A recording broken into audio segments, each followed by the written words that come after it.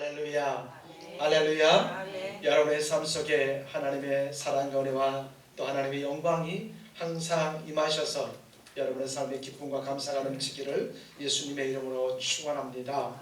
우리 옆에 분과 이렇게 인사 한번 나눴으면 좋겠습니다. 당신은 하나님이 찾는 바로 그 사람이십니다. 한 번만 더요. 당신 때문에 제가 다 행복합니다. 할렐루야. 여러분 때문에 제가 행복합니다. 네,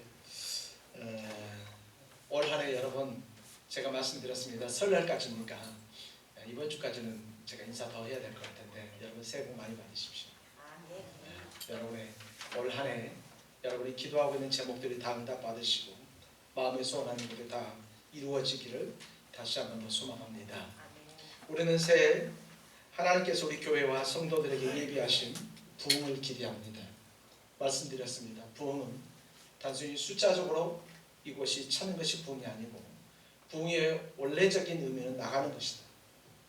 이곳에 모여서 하나님께 예배하고 하나님의 사람이 되어서 세상에 나가서 동구에 나가서 울산에 나가서 이 나라와 민족에 나가서 세계 열방에 나가서 주의 복음을 전하는 것이 바로 부흥이다. 여러분 그런 부흥이 우리 교회에 있기를 소망합니다. 이 부흥이 여러분에게 되기를 소망합니다. 내 영혼이 부흥하면 내 주변 사람이 바뀝니다. 여러분 때문에 여러분의 가정이 살아납니다. 거꾸로 돼서는 안 됩니다. 여러분 때문에 여러분의 가정이 죽거나 교회가 죽거나 나라가 죽는 것이 아니라 여러분 때문에 여러분의 가정이 살고 여러분의 교회가 살고 이 나라 민족이 살게 되어질 줄 믿습니다. 우리는 이 히브리서 11장을 통해서 우리가 믿음이라는 것을 다시 한번 더 살펴볼 텐데 우리가 이렇게 생각합니다. 나는 믿음이 있다. 믿음이 많든지 작든지 나는 믿음이 있다 라고 우리는 그렇게 생각을 하는데 종종 우리가 하나님 아버지 앞에 기도할 때 이 믿음이 조금 부족할 때가 없지 않아 있습니다. 여러분 질병을 치유를 기도하면서 그 질병 치유를 기도하면서 왜 우리는 치유를 믿지 못하는 것일까? 남편이나 또 자녀가 분명히 변화받고 구원될 줄 믿고 기도하면서 왜 우리는 확신하지 못하는 것일까? 교회가 부흥하기를 위해서 기도하지만 그 비전을 마치 허황되는 것처럼 그렇게 생각하는 것일까? 여러분 우리는 분명히 하나님 앞에 기도할 때 믿음의 확신을 가지고 기도해야 될 줄 믿습니다. 마가복음 9장 23절에서 성경은 우리에게 이렇게 말합니다. 믿는 자에게 능히 하지 못할 일이 없느니라. 믿는 자들에게 능치 못한 일이 없느니라. 여러분 이것이 여러분의 믿음의 근거가 되기를 소망합니다. 이것이 여러분의 믿음의 기도의 소망이 되기를 소망합니다. 우리 교회가 1,000명의 성도, 300명의 비전 선교사, 30명의 파송 선교사를 놓고 기도하고 있습니다. 여러분 불가능하지 않습니다. 여러분 이루어질 수 없는 것이 아닙니다. 가능합니다. 여러분 성령께서 그 부흥을 주도해 주실 줄 믿습니다. 여러분 아멘. 성령께서 그 부흥을 주도해 주실 줄 믿습니다. 우리는 오늘 이 말씀을 통해서 오늘 히브리서 11장 1절에서부터 이 3절까지 이 말씀을 통하여서 하나님께서 이루어 가실 성령께서 이루어 가실 그 부흥을 우리가 어떻게 준비해야 될 것인가를 우리가 한번 살펴보려고 합니다. 우리 따라서 해볼까요? 부흥. 한 번만 더 부흥. 믿음으로 준비하라. 한 번만 더요. 부흥. 믿음으로 준비하라. 여러분 부흥은 바로 믿음에서부터 시작되어지는 것입니다. 부흥은 믿음으로 시작된다는 것을 우리가 절대 잊어서는 안 된다는 것입니다. 우리 한 번만 더 해볼까요? 부흥은 믿음으로 시작된다. 한 번만 더요. 부흥은 믿음으로 시작된다. 그렇다면 이 믿음이 무엇인가? 우리 11장 1절에서 이렇게 얘기합니다. 같이 한번 읽어보겠습니다. 시작. 믿음은 바라는 것들의 실상이요 보이지 않는 것들의 증거니. 아멘. 믿음은 바라는 것들의 실상이고 보이지 않는 것들의 증거다 얘기하고 있습니다. 여기서 말하고 있는 이 증거라는 것은 뭐냐면 확신을 의미합니다. 보이지 않는 하나님의 약속을 붙드는 바로 그 확신. 그래서 믿음은 무엇이냐? 바라는 것들의 실상이고 보이지 않는 것들의 바로 증거다라고 하는데 바로 이 증거는 바로 희미하지만 그럼에도 불구하고 확신을 가지고 기도하는 것 바로 그것이다. 그러면 또 여기서 실상이라고 얘기하고 있습니다. 믿음은 바라는 것들의 실상이다. 실상은 무엇인가? 바로 우리 믿음의 기초를 얘기합니다. 내가 정말 그것을 믿고 있느냐 그렇지 아니하는가? 우리의 믿음의 기초의 모습을 보여준다는 것입니다. 여러분 오해하지 마십시오. 믿음은 단순한 소망이 아닙니다. 여러분 믿음은 단순히 내가 그렇게 되었으면 좋겠다 하는 소망이 아닙니다. 믿음이라는 것은 반드시 그 하나님께서 약속을 이루실 것을 믿는다고 하는 바로 확신하는 태도라는 것입니다. 여러분 우리에게 그 태도가 있기를 소망합니다. 오늘 저와 여러분의 그런 믿음이 있기를 소망합니다. 믿는 자들에게는 의하지 못할 일이 없다. 요한복음 14장 1절에서 말합니다. 너희는 마음에 근심하지 말라. 하나님을 믿으니 또 나를 믿으라. 예수님께서는 계속해서 말씀하십니다. 저와 여러분들에게 하나님을 믿으니 나를 믿으라 얘기하고 있습니다. 베드로전서 1장 7절에서 너희 믿음의 시련은 불로 연단하여도 없어질 금보다 더 귀하여 예수 그리스도의 나타나심에서 칭찬과 영광과 존귀를 얻게 할 것이니라. 무엇이요? 너희의 믿음. 너희의 믿음의 시련들이 그렇게 할 것이다 라고 얘기하고 있다는 것입니다. 여러분 부흥은 어디서부터 시작되어지는가? 바로 우리의 믿음에서부터 시작된다는 것입니다. 우리에게 있어서 가장 중요한 것은 무엇이냐? 우리의 믿음을 점검하는 것입니다. 여러분 미국의 아이젠하워 대통령을 여러분 기억하시나요? 들어보신 분들 계시고 그렇지 않을 수도 있습니다. 익숙하지 않고 우리나라 대통령이 아니니까. 이 아이젠하워 대통령은 모든 삶에서 가장 중요한 것이 무엇이냐? 바로 그는 예배다라고 이렇게 우선순위를 두었습니다. 구소련이 있죠. 러시아가 아닌 구소련의 후르시초프를 여러분 혹시 기억하실지 모르겠습니다. 이 후르시초프하고 아주 중요한 회담이 열렸습니다. 그런데 하필이면 주일날 예배드리는 시간이에요. 어떻게 했을까요? 아이젠하워 대통령은 말이죠. 그 시간을 연기했습니다. 왜냐하면 내 삶에 있어서 가장 중요한 것은 예배. 그는 그렇게 고백합니다. 예배보다 중요한 것은 없다. 그는 믿음을 가지고 말이죠. 예배보다 중요한 것은 없다. 한 국왕의 한 나라의 대통령과 회담조차도 그것보다 더 예배가 중요하다. 이것은 무엇일까요? 그가 철저하게 하나님을 신뢰하는 바로 그 믿음이었습니다. 그의 삶에는 이 믿음이 바로 중심이었습니다. 하나님의 임재와 역사를 구하는 바로 그 믿음이 그의 삶의 기반이 되었다는 것입니다. 여러분 우리도 믿음으로 이 부흥을 준비하는 우리 모두가 되기를 소망합니다. 여러분 할 수 있습니다. 하면 됩니다. 성령께서 주도하시고 주도하시도록 우리가 그 하나님을 믿고 하나님 앞에 순종하면 부흥할 수 있습니다. 여러분의 삶에 여러분의 가정에 부흥이 있기를 소망합니다. 교회가 부흥하면 성도수가 많아지고요. 북교회가 부흥하면 말이죠. 그 안에 성도수만 많아지는 것이 아니라 사랑이 넘치게 되어지는 거예요. 가정이 부흥하면 말이죠. 가정의 문제가 사라지는 거예요. 자녀가 변하는 거예요. 가정의 문제들이 변하는 거예요. 환경이 변화되어지게 되어지는 거예요.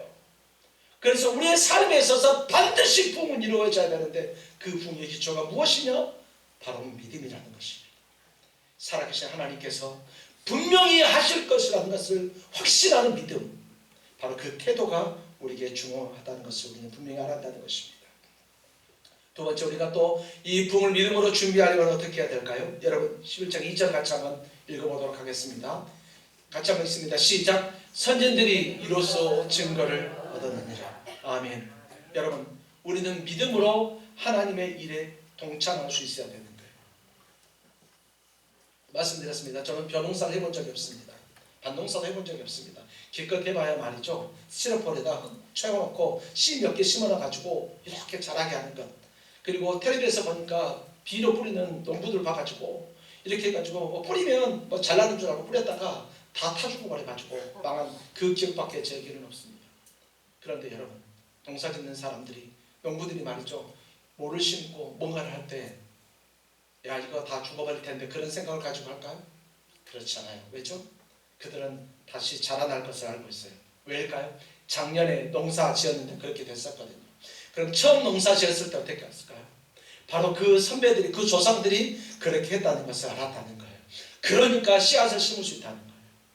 히브리서 11장에는 너희 선배들이 밭에 농사 짓는 것처럼 여기 기록되어 있다. 믿음으로 아벨이 했던 것, 믿음으로 에녹이 했던 것, 믿음으로 노아가 했던 것, 믿음으로 아브라함이 했던 것, 믿음으로 많은 사람이 했던 것이 있다. 너희도 믿음으로 동참하면 너희도 믿음으로 하나님의 일에 동참하면 너희도 이들처럼 그 열매를 볼 것이다. 다른 사람이 농사지어서 그 소득을 얻었던 것처럼 벼를 얻고 쌀을 얻어서 그것을 팔아서 가족이 행복하게 되어지고 그것 가지고 우리가 평안한 삶을 살 수 있었던 것처럼 너희가 에녹처럼 노아처럼 아브라함처럼 이렇게 믿음으로 하게 되면 너희에게도 이렇게 할 것이다. 성경은 그러면서 우리에게 이렇게 말하는 것입니다. 믿음으로 동참하라. 이 하나님의 사역에 동참하라. 그렇게 얘기를 하고 있다는 것입니다. 여러분, 여기서 증거를 받았다고 얘기하고 있는 것을 여러분 기억하시길 소망합니다. 선진들은 이것으로서 증거를 얻었느니라. 이것을 우리 말로 하면 증거를 얻었다고 하니까 도대체 이것을 어떻게 해석할까 고민하고 있는데, 여러분, 헬라어선 이것을 어떻게 해석하고 있냐면 인정받았다. 선진들은 이것으로서 인정받았다. 선진들은 이것으로서 칭찬을 받았다라고 하는 그런 의미를 가지고 있습니다. 그러니까 우리 믿음의 선배들은 말이죠, 믿음으로 하나님께서 기뻐하시는 삶을 살았고 그들의 믿음은 하나님의 역사를 이루는 도구가 되었던 것입니다. 히브리서 11장 4절에 이렇게 얘기합니다. 믿음으로 아벨은 가인보다 더 나은 제사를 하나님께 드림으로 의로운 자라 하시는 증거를 얻었으니 하나님이 그 예물에 대하여 증언하심이라. 그가 죽었으나 그 믿음으로 지금도 말하느니라 얘기하고 있습니다. 5절에서는 또 뭐라고 얘기하고 있습니까? 믿음으로 에녹은 죽음을 보지 않고 옮겨졌으니 하나님이 그를 옮기심으로 다시 보이지 아니하였느니라. 창세기 6장을 여러분 기억하시길 바랍니다. 창세기 6장에는 노아가 하나님의 명령을 따라서 방주를 만드는 장면이 나옵니다. 6장 22절에 보니까 이렇게 얘기합니다. 노아가 그와 같이 하되 하나님이 자기에게 명하신 대로 다 준행하였다. 여러분, 우리 경상도 말하고 산만디, 그냥 바닷가 아니에요. 장생포가 아니고요. 일산 해수욕장에다 배 만든 게 아니에요. 산만디에다 만든 거예요. 산만디에다. 저 산에다 배 만드는 거예요. 배 어떻게 옮기려고요? 그러니까 지나가는 사람들이 다 비웃는 거예요. 저는 바보, 등신, 멍충이, 얼마나 많이 그를 비웃었겠습니까? 조롱했겠습니까? 그럼에도 불구하고 노아는 그 하나님의 말씀에 순종했습니다. 많은 사람들이 허황되다고 생각합니다. 되지 않을 거라고 생각합니다. 안 될 거라고 생각합니다. 아니요, 하나님이 하시는 것입니다. 여러분, 우리가 하는 것이 아니라 하나님이 하신다는 이 절대적인 믿음이 여러분에게 있기를 다시 한 번 더 예수님의 이름으로 축원합니다. 여러분, 노아를 통하여서 그 노아의 믿음은 온 인류를 구원하는 하나님의 도구가 되었습니다.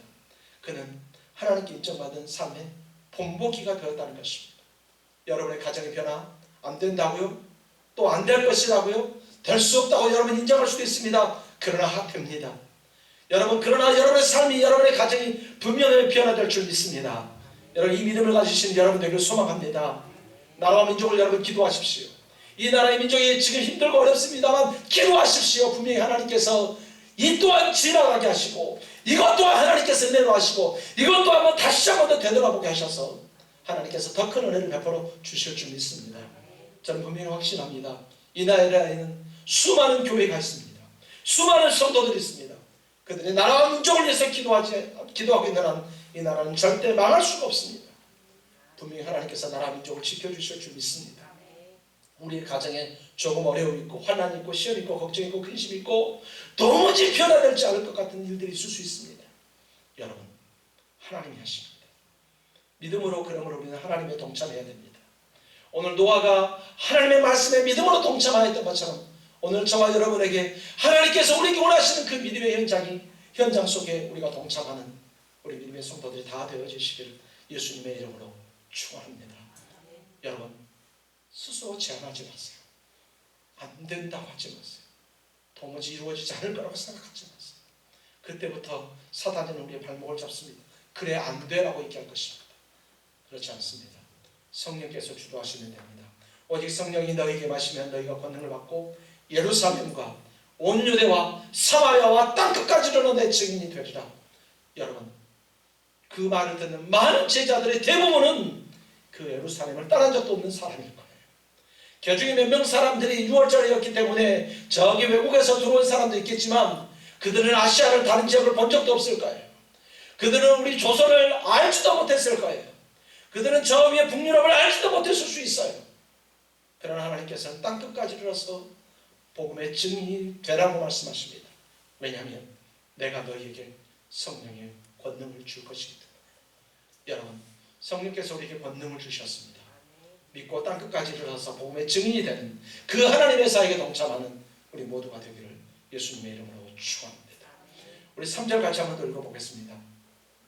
함께 읽습니다. 시작. 믿음으로 모든 세계가 하나님의 말씀으로 지어진 줄을 우리가 알아니 보이는 것은 나타난 것으로 말미암아 된 것이 아니니라.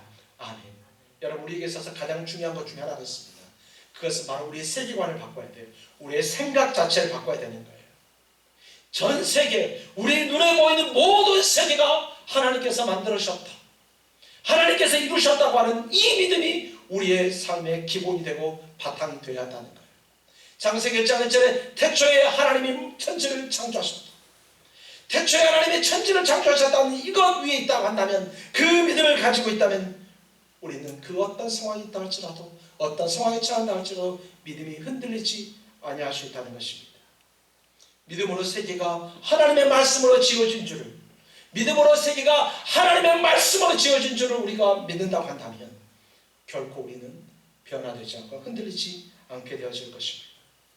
믿음은 성령께서 하나님의 말씀을 우리의 마음에 새겨주실 때 온전히 이해가 되어지는 것입니다. 잘 이해가 되지 않아요. 과연 믿음이 무엇일까? 믿어지는 거 잘 되지 않아요. 그렇다면 하나님께 구하십시오. 성령님, 내게 더 큰 믿음을 주시옵소서. 성령님, 내게 더 큰 믿음을 주시옵소서. 그렇게 여러분 기도하십시오. 그때 성령께서 여러분의 마음에 하나님의 말씀을 새겨주실 줄 믿습니다.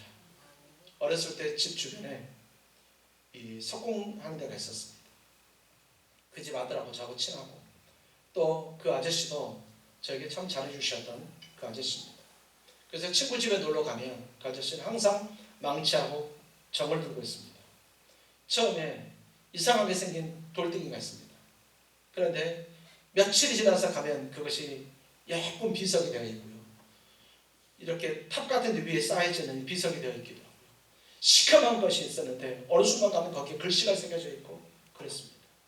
그런데 그것은 말이죠, 비가 와도 지워지지 않습니다. 쉽게 하려고 거기다 분필로 써버리지 않습니까?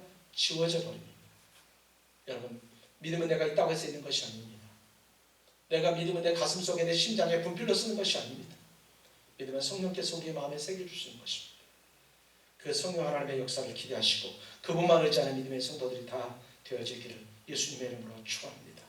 시편 8편 3절에 보니까 이렇게 말합니다. 주의 손가락으로 만드신 주의 하늘과 주가 베풀어 두신 달과 별들을 내가 보고, 다윗이 하나님 앞에 고백하는 거예요. 그렇습니다. 하나님, 저 하늘에 보이는 해와 달들, 별들 다 주님께서 지으셨습니다.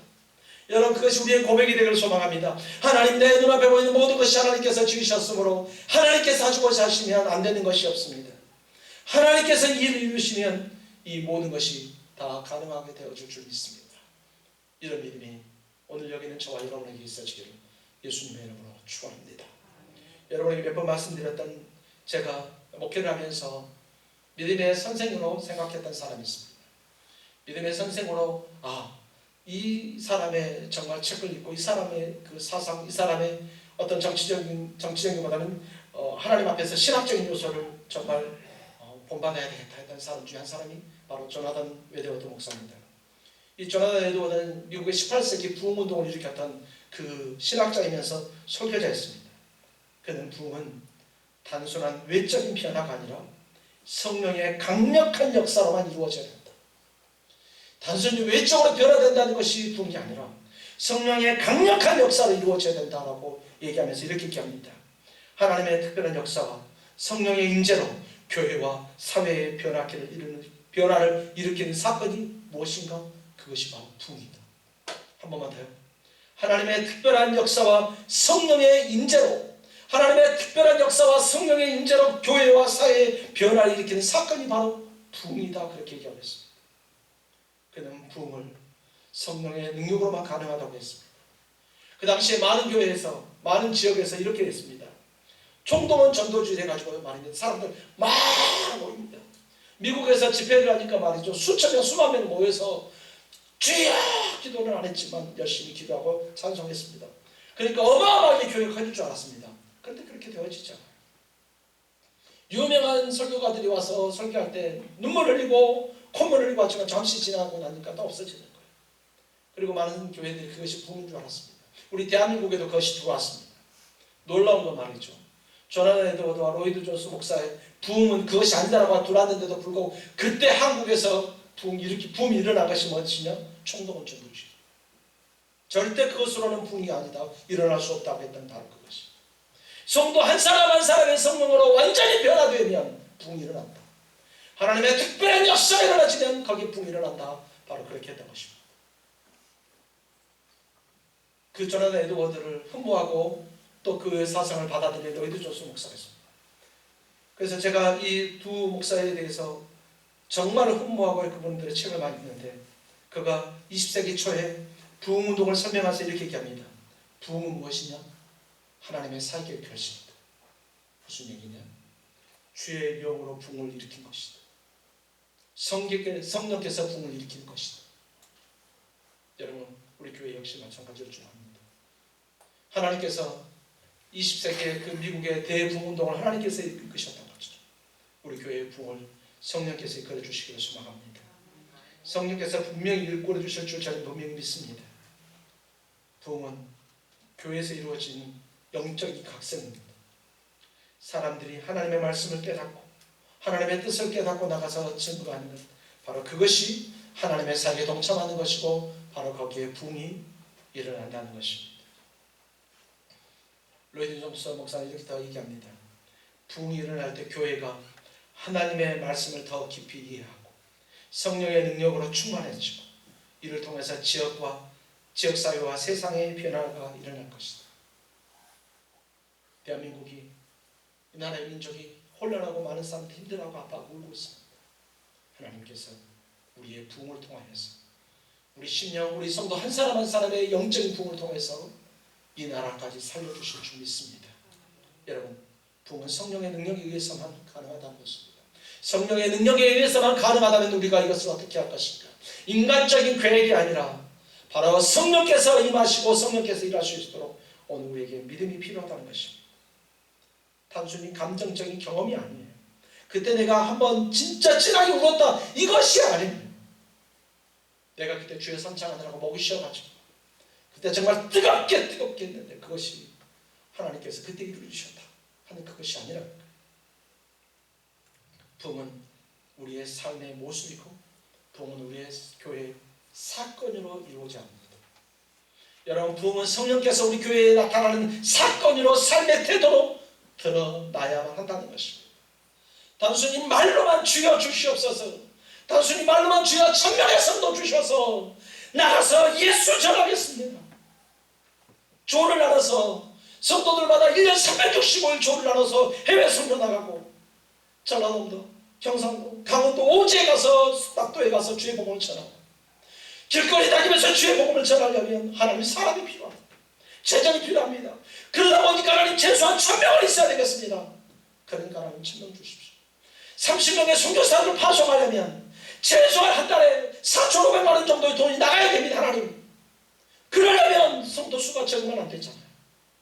그들이 일평생 캄보디아나 또는 기인이나 들어보지 못했던 것, 파편한 뉴기니나 그런 데 가서 일평생 죽음을 각오하고 복음을 전할 수 있도록 우리가 그들에게 성교비를 지원하려고 합니다.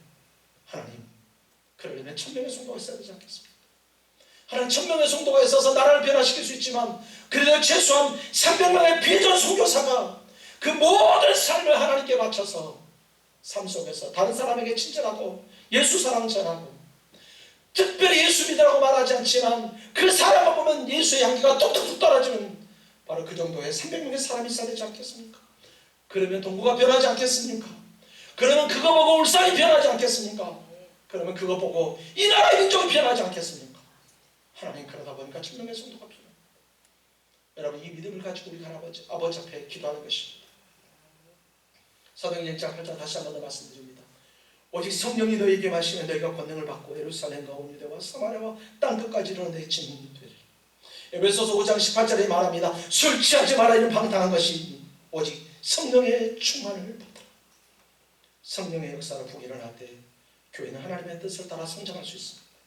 복음은 세상에 곳곳에 증거되어질 수 있습니다. 성령께서 이끌어가는 부. 성령께서 이끌어가시는 그 부흥 우리 비전교회에 나타나기를 소망합니다. 여러분, 성령께서 이끌어가시는 부흥은 교회에 놀라운 일들이 나타나게 합니다. 성령께서 이끌어가시는 그 부흥은 하나님께서 예비하신 놀라운 일들을 오늘 우리의 눈에 보여주게 하신다는 것입니다. 지금까지 본 적이 없는데 우리의 모든 삶이 바뀌어진다는 거예요. 어떻게 그렇게 될 수 있습니까? 입에 걸레를 물고 살던 어떤 청년, 입을 벌렸다면 응답해서라고, 입을 벌렸다 하면 거짓말하고 욕하고 했던 바로 그 청년이 성령을 충만하고 완전히 삶이 변하고 예배 사역자가 됩니다. 어떻게 이걸 말할 수 있지? 그 엄마가 그 주변의 많은 사람들이 그에게 그렇게 얘기를 하고 함께 욕하면서 했던데 어느 순간, 딱 한순간 수련회 갔을 때 그가 기도하더니 갑자기 방언을 받고, 그가 기도하더니 갑자기 하나님께서 이 목사님께서 증거된 그 말씀 듣고 그가 변화되더니 말이죠. 바로 그날 이후로 단 한마디의 욕도 하지 않는 거예요. 어떻게 그럴 수 있을까요? 가능할까요? 안 돼요. 가능하지 않을 것 같은데요. 그러나 성령께서 하시니까 되더라고요. 술 먹고 담배 피고 힘들어하고 임신해서 애 낳고 또 낙태하고 이랬더니까 어떻게 변할 수 있죠? 성령께서 하는 거예요. 미성년자한테 애 낳고 말이죠. 미성년자한테 매춘을 찾아갔던 어렸을 때는 어떻게 그렇게 변할 수 있었죠? 성령께서 하시니까 가능한 거예요. 여러분, 성령이 하시는 바로 그런 능력 여러분 기대하시고 그때 일어나는 그 부흥 우리가 믿음으로 준비될 줄 믿습니다. 자, 그렇다면 우리는 어떻게 해야 될까요? 우리는 어떤 삶을 살아가야 될까요? 따라서 해보겠습니다. 성령의 능력을 강구하자. 한 번만 더, 성령의 능력을 강구하자. 여러분, 성령께서 임재하시길 기대하십시오. 계속해서 기도하십시오. 성령님, 나를 지켜주옵소서. 내 가정을 지켜주시고 우리 교회를 지켜주옵소서. 성령님, 성령의 능력으로 나를 붙잡아 주옵소서. 성령의 능력으로 나를 붙잡아 주시고 우리 가정을 지켜주시옵소서. 여러분, 계속해서 성령의 능력을 강구하는 여러분들 되기를 소망합니다. 두 번째는 어떻게 될까? 따라서 합니다. 말씀을 붙잡자. 한 번 더, 말씀을 붙잡자. 성경만 읽으셔야 돼요. 여러분, 성경만 읽으셔야 그 말씀 속에서 어떤 말씀이 나에게 오시는 말씀인지 아는 거예요. 여러분, 성경을 읽으십시오. 성경 없는 분들은 성경책을 사십시오. 성경이 정말 가까이 하십시오. 주일날만 와서 여기서 예배 시간에만 증거되는 말씀으로도 부족합니다. 여러분, 부탁드립니다. 하나님 말씀 읽으십시오. 유튜브 아무거나 보지 마세요. 유튜브 요즘에 교회까지 사상 이념이 들어와서 너무나도 혼탁합니다. 교회 안에까지 성경 말씀이 아니라 하나님의 말씀을 가지고 이념을 정당화시키는, 좌파 우파라고 하면서 이념을 정당화시키는 그런 상황까지 되어져 있습니다. 아무 말씀이나 듣지 마세요. 유튜브에서 아무 말씀이나 듣지 마세요. 그럼 주일에 하나님 말씀 듣고 말이죠. 정말 성경 가까이 하십시오. 하나님 말씀 가까이 하십시오. 하나님 말씀 읽을 때 읽다가 감동이 되는 말씀이 있으면 거기 빨간 줄 치셔도 괜찮습니다. 형광펜 별색깔 치셔도 괜찮습니다. 그리고 잠깐 눈을 감으십시오. 하나님, 이 말씀을 통해서 내가 하신 말씀이 무엇입니까? 이 말씀을 통해서 어떤 스님이 텔레비에 나와서 어떤 스님이 또 어디 가가지고 이런 말 합니다. 나는 성경책을 몇 번이나 읽었다. 그러나 그게 믿음이 없어요.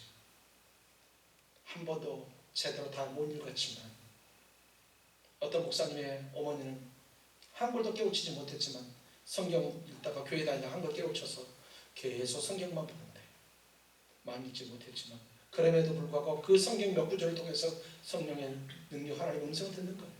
아, 이 말씀이 내게 말씀하시는 말씀이구나. 낙심하지 말라고 하는데 아, 이 말씀이 지금 내게 말씀하시는 거. 그렇게 음성되어지는 거예요. 이번 세 번째 따라서 해볼까요? 순종합시다. 한 번만 더 순종합시다. 여러분, 성령께서 감동하신 대로 순종하셔야 돼요. 성령께서 감동하시는 대로 거기 엎드리셔야 돼요. 하나님, 제가 알겠는데 잠깐만 기다리세요. 그러지 마세요. 하나님, 제가 알겠는데 잠깐 그렇게 하지 마세요. 그때 말씀드리고 몇 번이나 여러분에게 제가 예화로 생각했던 김익도 목사님, 우리 한국 교회 초기에 대풍을 이루었던 김익도 목사님, 그 사람이 있으면 말이죠, 누워있으면 입안으로도 머리도 돌아가요. 왜냐하면 워낙 깡패고 정말 너무 개구기 같은 사람이다 보니까 누구도 가까이 하고 싶지 않은 거예요. 근데 그가 예수 믿고 완전히 바뀌었어요.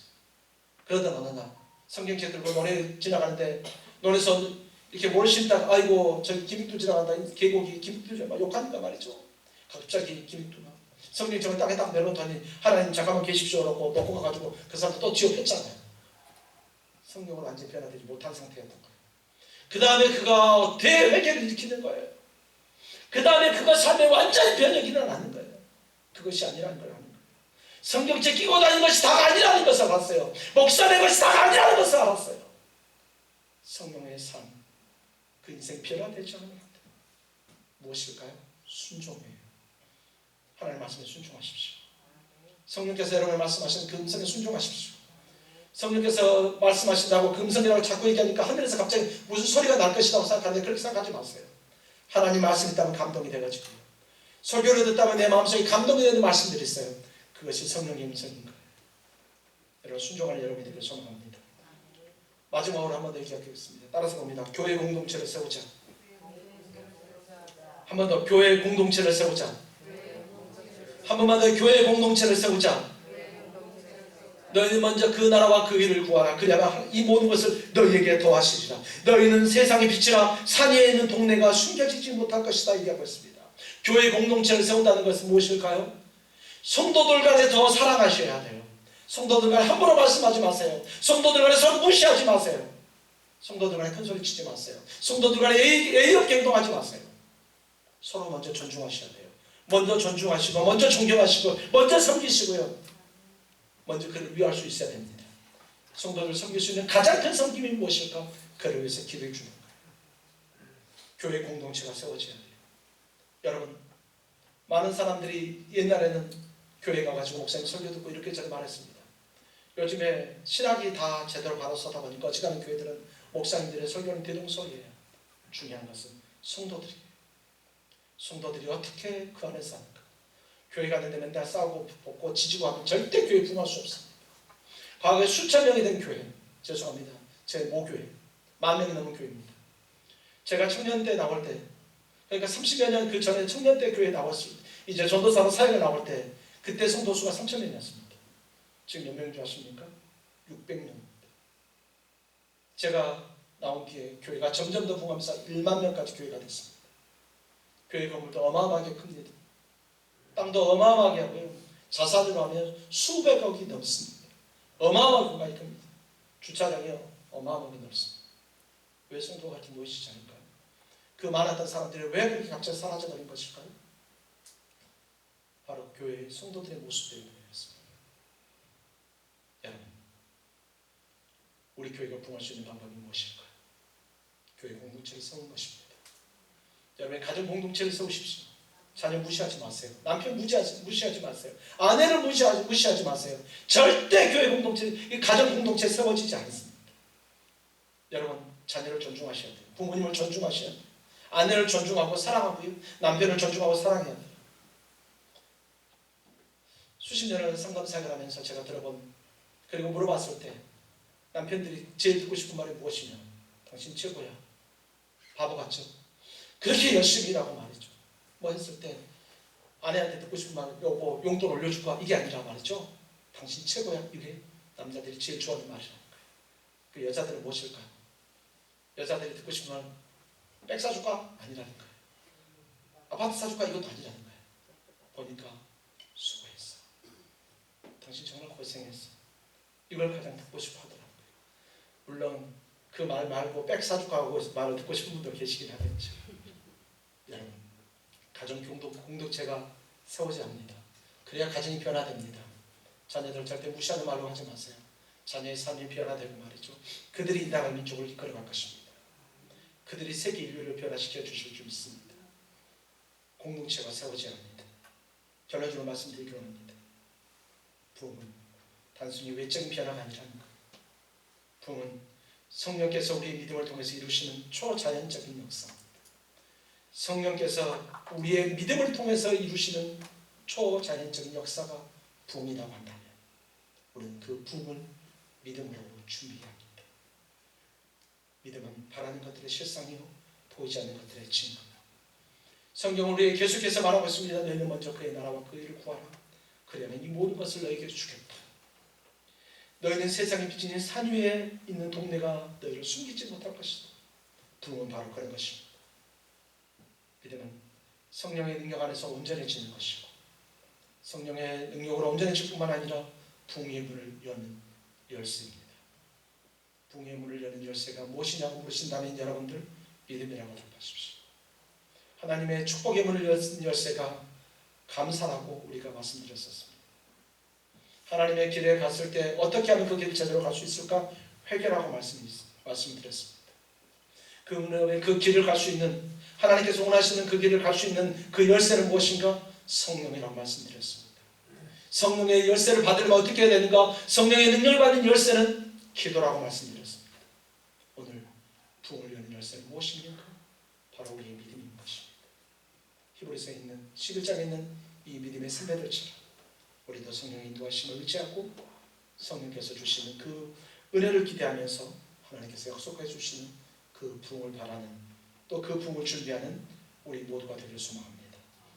하나님께서 우리의 믿음과 성령의 역사 안에서 놀라운 일을 이루실 것을 기대하는 우리 사람 비전교회 모든 성도들이 되기를 예수님의 이름으로 축원합니다. 우리 이렇게 한번 기도했으면 좋겠습니다.